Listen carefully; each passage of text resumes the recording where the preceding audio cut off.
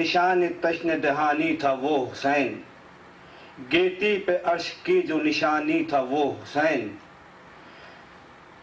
جو خلد کا امیر جوانی تھا وہ حسین، جو ایک سنے جدید کا بانی تھا وہ حسین، جس کا لہو تلا تمہیں پنہا لیے ہوئے، ہر بون میں تنوح کا طوفان لیے ہوئے۔ اور اب جناب میں ذمت دوں گا خطیب اہل بیت حضرت علامہ ارشاد نقوی صاحب کو زیر منبر ہو کر مومنین سے خطاب فرمائیں۔ جناب ارشاد حسین نقوی صاحب۔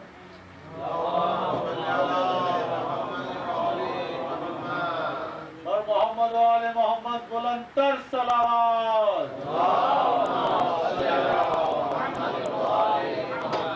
نعرہ حیدری حیدری۔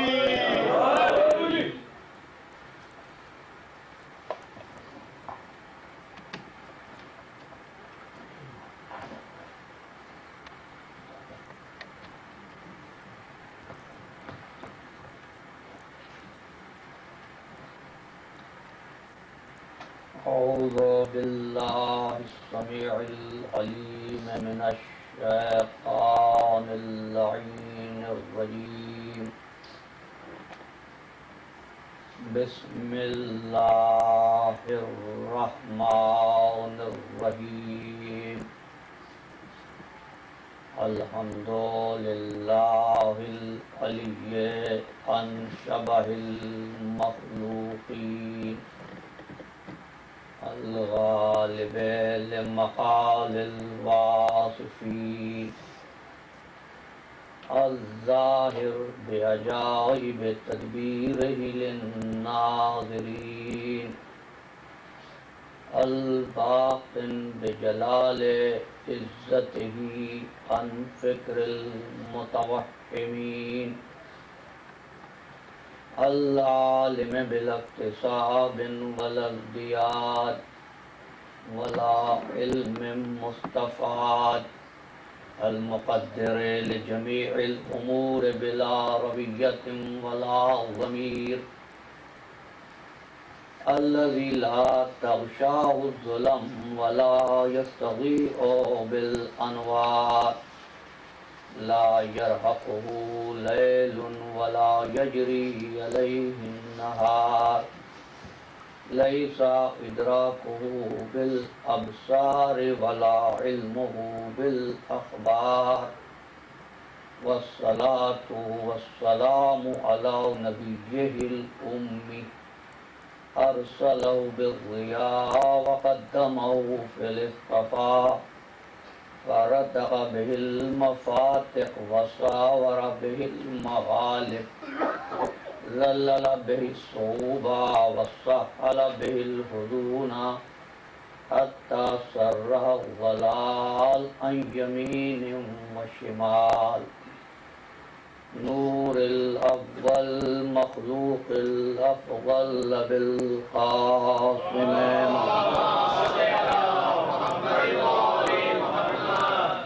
وأهل بيت الطيبين الطاهرين المعصومين المظلومين، الذين أذهب الله عنهم الرجس وطهرهم تطهيرا۔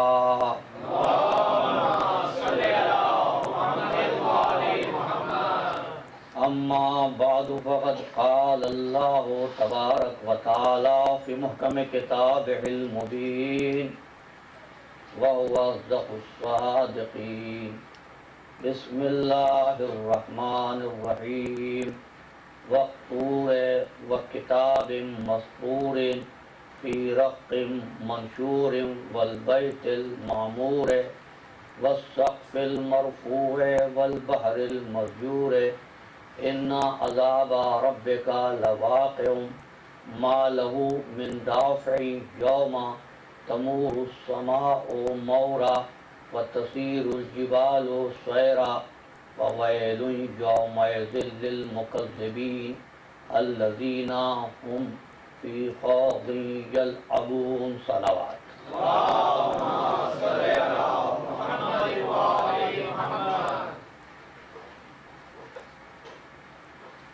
انسانیت اور ارتباط عالم کے عنوان پر کی جانے والی گفتگو کے ہر مرحلے پر مجھ کو یہ احساس بہرحال ہے کہ عنوان آہستگی کے ساتھ آگے بڑھ رہا ہے، لیکن یہ اس عنوان کی باریکی اور گہرائی کا تقاضا بھی ہے۔ یہ صدقہ ہے حسین ابن علی کا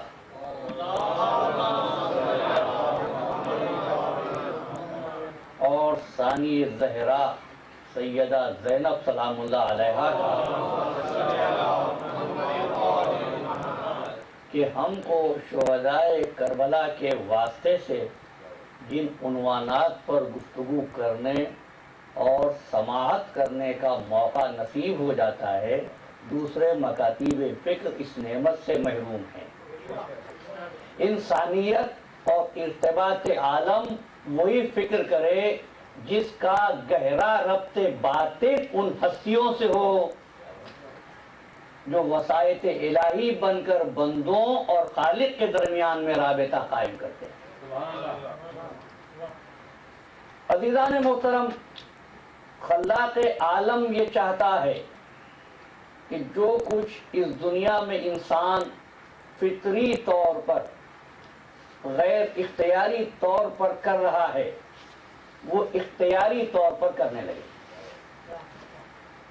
یہی وجہ ہے کہ اس نے باقی تمام مخلوقات کے لیے ہمیشگی کے ساتھ اپنے دست قدرت کو ان کے شامل حال رکھا، لیکن انسانوں کو ایک خاص نقطے پر لے جا کر ان کی عقل اور ان کے اختیار پر آزاد چھوڑ دیا۔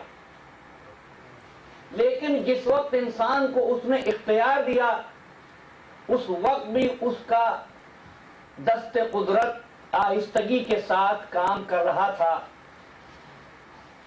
انسان خوش نصیب ہو اگر اس بات کو جان لے۔ بھائی بچہ چھوٹا ہے، خود غذا حاصل نہیں کر سکتا، لہذا دوسروں کو مقرر کیا کہ وہ اس کو غذا پہنچائیں۔ لیکن جب بچہ اس قابل ہو گیا کہ اپنی غذا خود حاصل کرے تو اب قدرت نے ہاتھ کھینچ لیا۔ جب تک بچہ ہے نہ اس پر حلال و حرام کی پابندی ہے نہ اس کے لیے جزا و سزا ہے۔ کیوں؟ اس لیے کہ بچہ اختیار سے محروم ہے۔ معلوم ہوا کہ عادل خدا کبھی جبر کی صورت میں احکامات جاری نہیں کرتا۔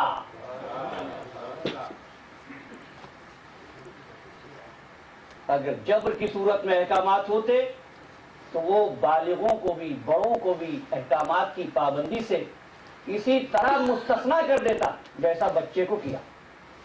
اب بچہ بڑا ہونے لگا، اس کا اختیار کام کرنے لگا۔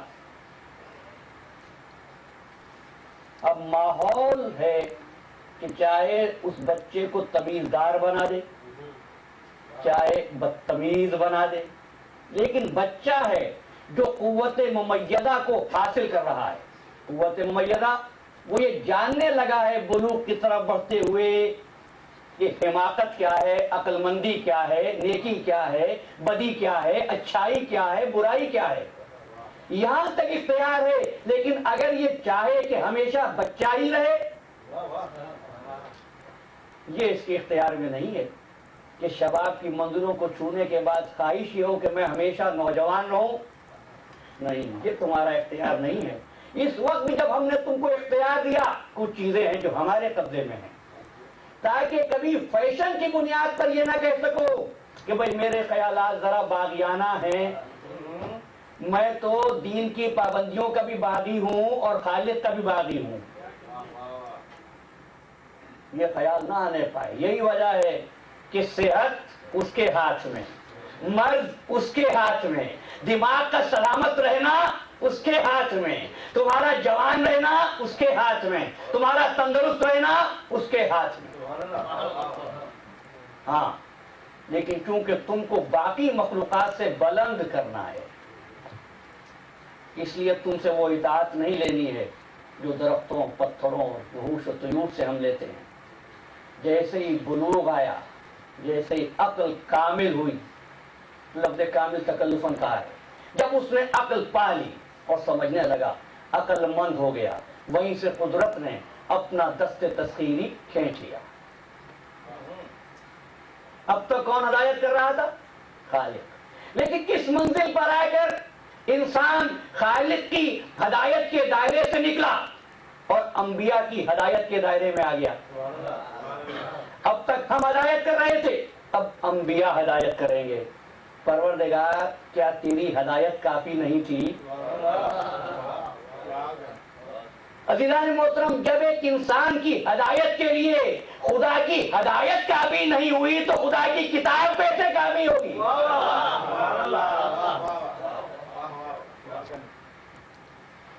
انبیاء کی ہدایت کے دائرے میں آیا۔ اب تمہاری مرضی، انا ہدیناہ السبیل اما شاکرا و اما کفورا۔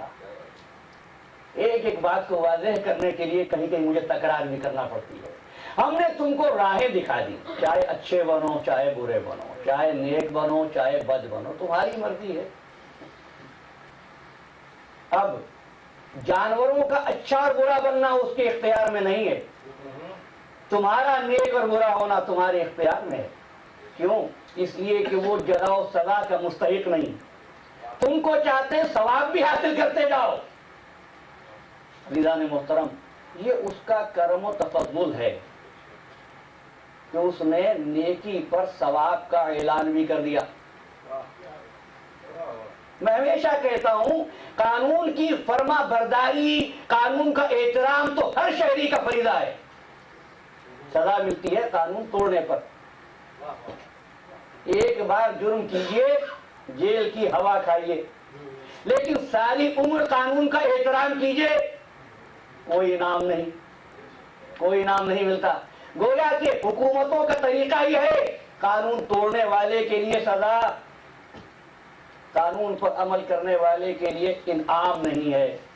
لیکن خالق کا فضل و احسان یہ ہے کہ نہیں، ہم صرف جہنم کی خبر نہیں دے رہے ہیں، حور و غلمان کا وعدہ بھی کر رہے ہیں، جنت کا وعدہ بھی کر رہے ہیں، بشارت بھی ہے اور انذار بھی ہے۔ اس کی طرف سے آنے والا رسول ڈرانے ہی کے لیے نہیں آیا، نہیں، وہ بشیر بھی ہے، نذیر بھی ہے، وہ خوشخبری بھی دیتا ہے اور ڈراتا بھی ہے، ڈراتا بھی ہے۔ اب تبلیغ کا انداز بعض اوقات یہ ہو جاتا ہے کہ پروردگار سزا دیتا ہے، رحم بھی کرتا ہے۔ آج کی تقریر سے یہ جملہ لیتے جائیے، پروردگار رحیم ہے، وہ کہیں کہیں سزا بھی دیتا ہے، وہ رحیم ہے۔ اس لیے جہاں ابتدا کی اس نے اپنے کلام کی تو دو الفاظ، بسم اللہ الرحمن الرحیم۔ وہ جزا دیتا ہے، صرف جزا دیتا ہے نہیں، تم نیکی کا ارادہ کر لو، نیکی نہ کر پاؤ ثواب، گناہ کا ارادہ کیا سزا نہیں ہے۔ فرشتوں کو حکم نہیں ابھی نہ لکھنا، ارادہ کیا ہے، کیا کہاں ہے؟ صرف سوچا ہے اس نے۔ یہاں تک کہ انسان گناہ کر بیٹھا، فرشتہ لکھنے بیٹھا کہ ٹھہرو، شاید ابھی توبہ کر لے۔ کیسا رحیم و کریم آقا، لیکن نیکی کا ارادہ کیا، حکم لکھو، دیکھو میرا بندہ ہے۔ یہ تو لوگ ہیں جو لوگوں کو مایوس کرتے رہتے ہیں، اس کا اعلان یہ ہے، یا عبادی الذی، اے میرے بندو، لا تقنطوا من رحمت اللہ، میری رحمت سے مایوس نہ ہونا، میں تمہارے تمام گناہوں کو بخش دوں گا۔ نعرہ تکبیر، بر محمد و آل محمد صلوات،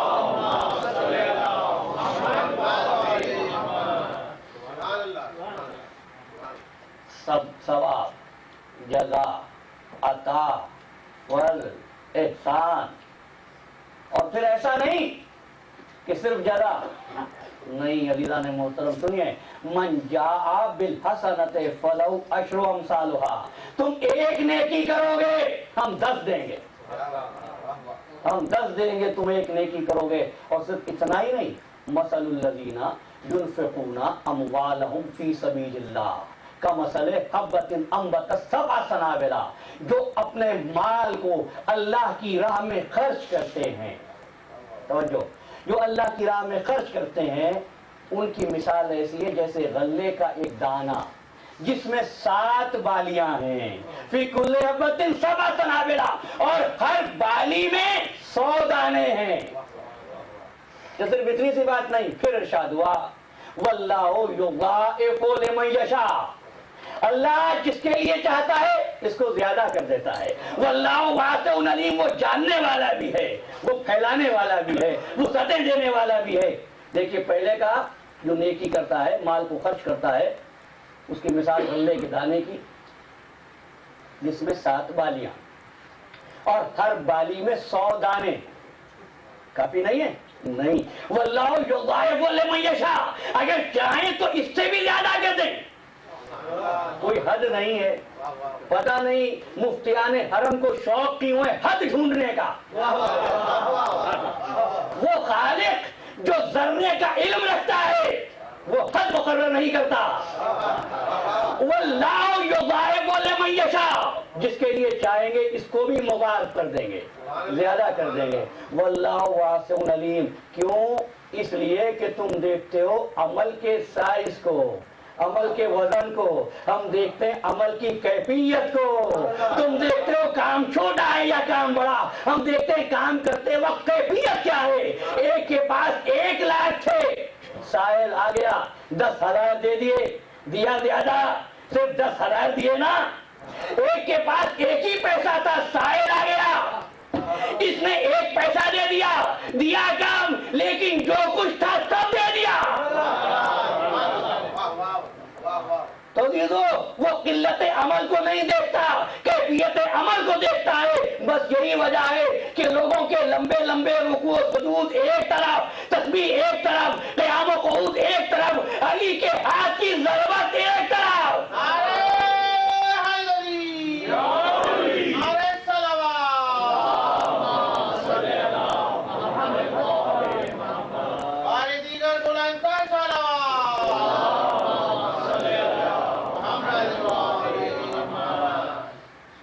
ضربت والی یہ یوم الخندق افضل من عبادت الثقلین الی یوم القیامہ، ایک ضربت عبادت ثقلین سے بہتر۔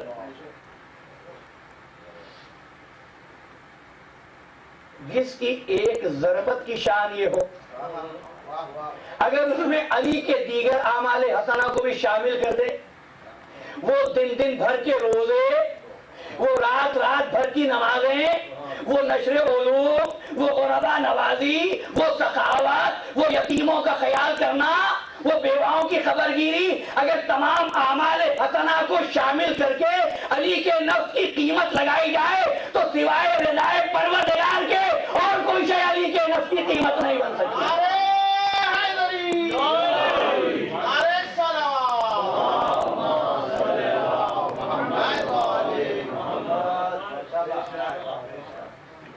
عزیزان محترم، انسان کو بلند بنایا، پھر اپنے موضوع پر آتا ہوں۔ انسان کو بلند بنایا، دیکھو اس نے اپنے حبیب کے ہاتھ پر سنگریزوں کو کلمہ پڑھوا دیا، لیکن قرآن میں ذکر نہیں کیا۔ حبیب کے لعاب سے کڑوے پانی کو میٹھا کر دیا، قرآن میں ذکر نہیں ہوا۔ اس نے درختوں اور دیواروں سے اپنے حبیب کو سلام کرا دیا، قرآن میں آیت نہیں آئی۔ لیکن جہاں خلقت انسان ہوئی، بڑے فخر کے ساتھ گویا کہ اپنے شاہکار پر، اپنی قدرت پر، اپنی تخلیق پر فخر تھا، آواز دی لقد خلقنا الانسان من سلالۃ من طین۔ توجہ ہے ایک ایک لفظ پر۔ ہم نے انسان کو کھنکتی ہوئی مٹی سے خلق کیا، ثم جعلناہ نطفۃ فی قرار مکین۔ اپنے موضوع کو کچھ آگے بڑھا رہا ہوں۔ پھر کیا کیا؟ اس کو ایک نطفے میں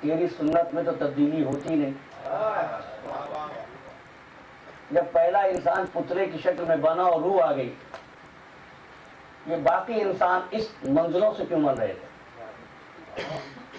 اس لیے آیت کا پہلا جملہ میں نے اس وقت بطور خاص کہا تھا, توجہ کیجیے گا, لَقَدْ خَلَقْنَا الْإِنسَانَ مِنْ سُلَالَةٍ مِنْ طِينٍ. ہم نے پہلے کیا کیا تھا؟ انسان کو مٹی سے بنایا تھا. ثُمَّ جَعَلْنَا نُطْفَةً فِي قَرَارٍ مَكِينٍ. پھر نطفے سے بنانے لگے. توجہ عزیزان محترم, سمجھ میں آ جائے احسن مخلوق کون ہے.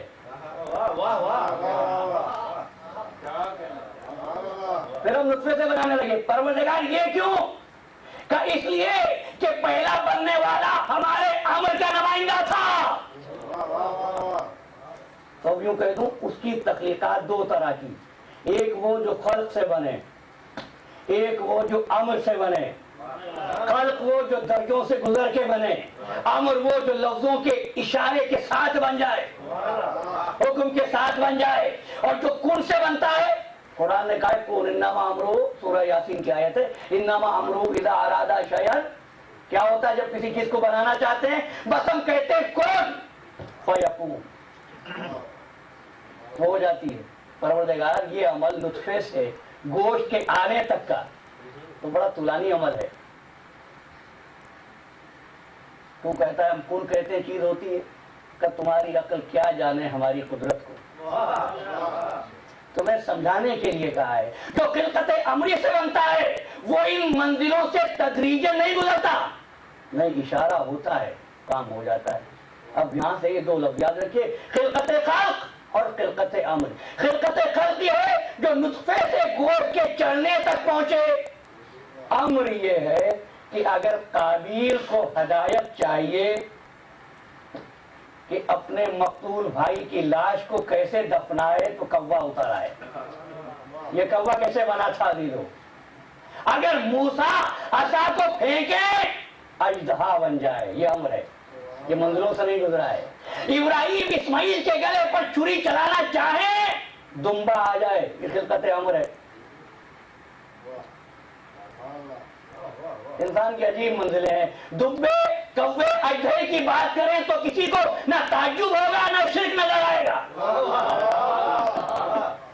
اب کہتا ہوں یہ تو امر ہے. صاحب امر کون؟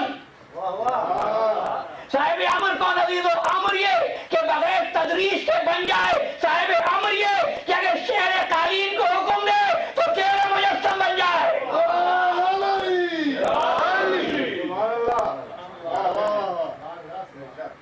منزل آسان ہوئی. میرا سوال پھر اپنی جگہ پر ہے. لقد خلقنا الانسان من سلالۃ من طین.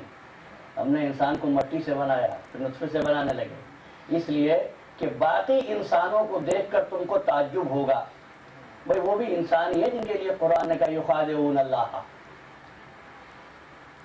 وہ بھی انسان جن کے لیے کہا فی قلوبہم مرض.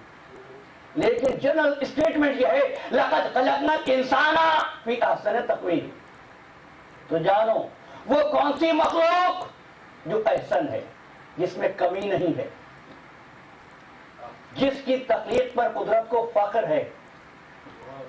ایسی مخلوق جو زمان و مکان کی قیود سے آزاد ہے. عزیزو, اگر وہ مخلوق کہ جس کے عمل کو, جس کی زبان سے نکلنے والے الفاظ کو قدرت اپنے الفاظ کہہ دے, وہ یہ احسن تخلیق ہے. ورنہ انسان کہاں, اس کا خالق کہاں؟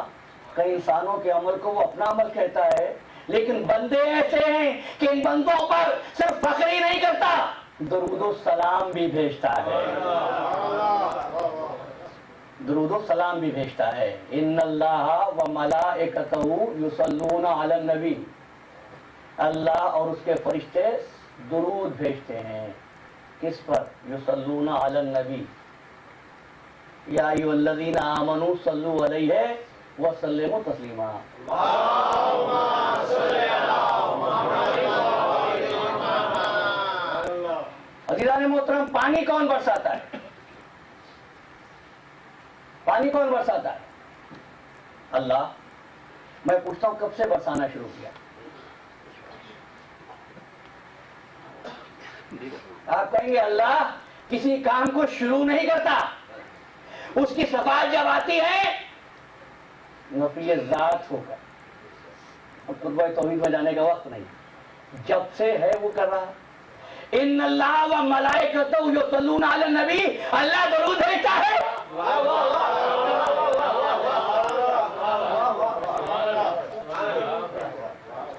ناظرین محترم، اب تو ضرورت نہیں اس عمل پہ غور کریں کس عمر پہ رسول نبی ہوئے۔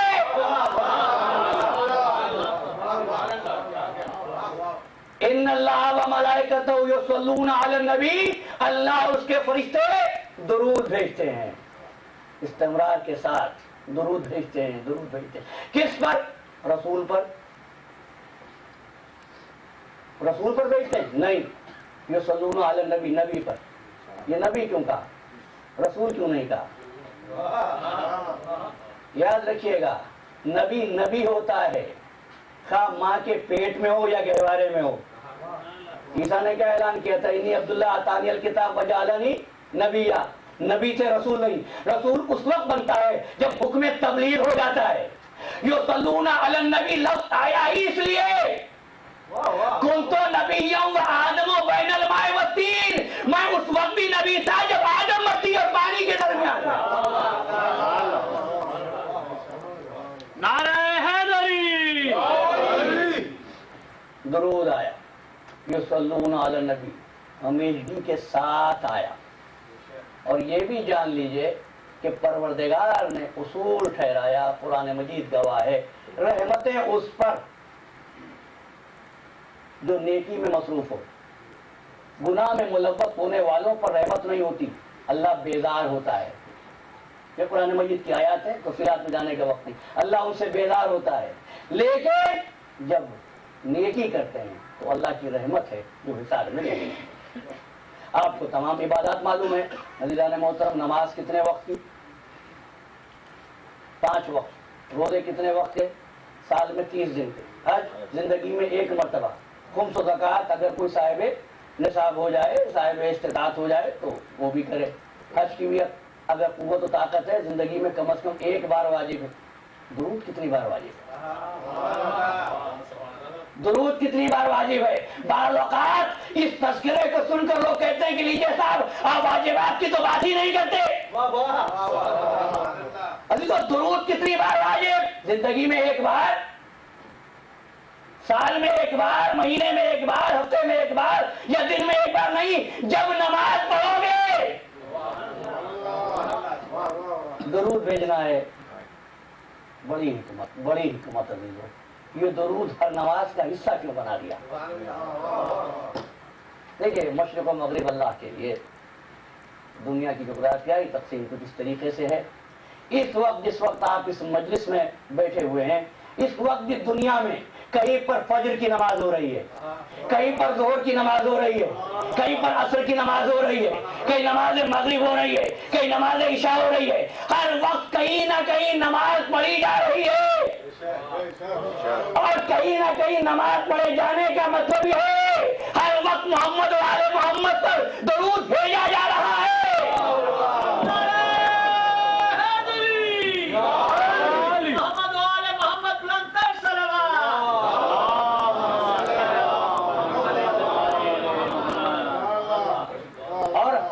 درود بھیجے جانے کا مطلب یہ ہے کہ محمد و آل محمد وہ ہیں جن سے کوئی گناہ سرزد ہوتا ہی نہیں ہے، وہ اللہ کی صفات کے مظہر ہیں۔ چلیے صاحب، رسول تھے تو آپ درود بھیجیے، اب تو نہیں ہے رسول، وصال ہو چکا، اس مسئلے کو بھی حل کر لیتے ہیں۔ اللہم صلی علی محمد و آل محمد، آل محمد پر درود بھیج نہیں، اللہ محمد پر اور ان کی اولاد پر رحمت بھیج، درود بھیج، صلوات بھیج۔ اللہ نے کہا تھا میں بھیجتا ہوں، تم سے کب بھیجو؟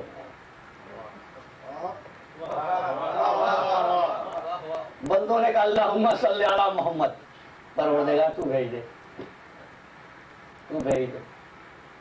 اب غور کیجیے گا، اب جب دعا مانگی بھیج دے، عزیزو اگر کوئی ہو ہی نہیں تو بھیجے کس پر؟ جب تک درود جاری ہے، قرآن میں آئے درود موجود ہے، جب تک مسلمان نماز پڑھتا رہے گا، محمد اور اس کی اولاد زندہ ہے اور زندہ رہے گی۔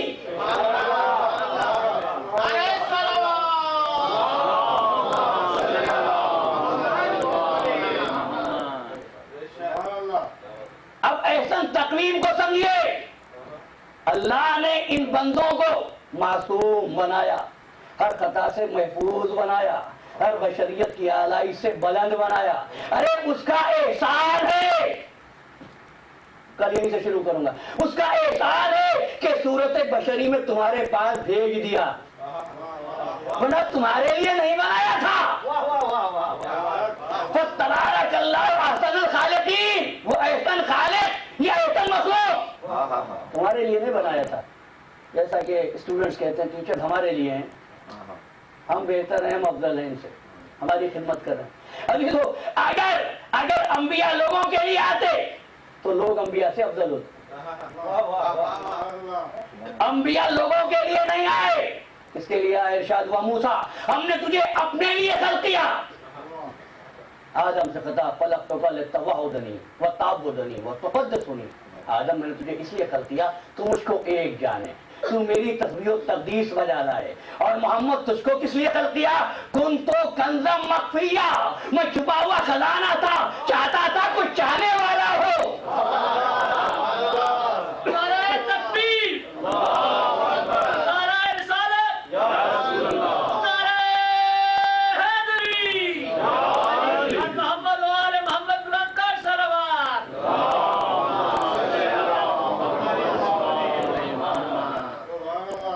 جمال و کمال مطلق موجود، کوئی چاہنے والا نہیں تھا، کوئی قدردان نہیں تھا، چاہا کوئی جاننے والا ہو، کوئی پہچاننے والا ہو، کوئی اس شمع لازوال پر دل وارنے والا ہو۔ اس لیے اس نے طے کیا بناؤں گا، خلق کروں گا۔ عزیزو یہ باتیں ہیں زمانہ دہر کی۔ اب وہ آئنسٹائن نے بھی کہا ٹائم جو 4 ڈائمینشن،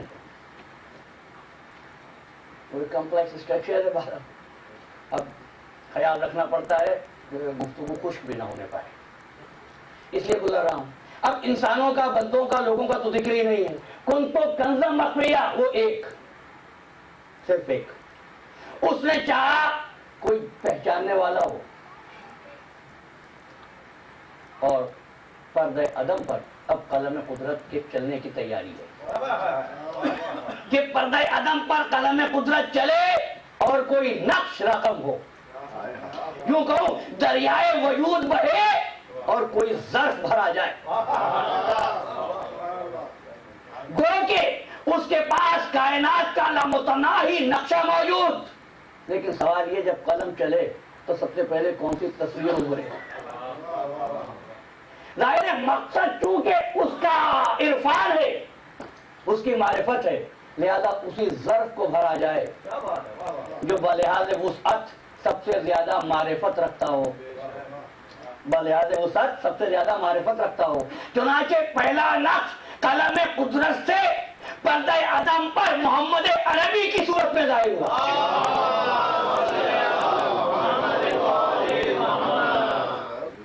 بن گیا نقش۔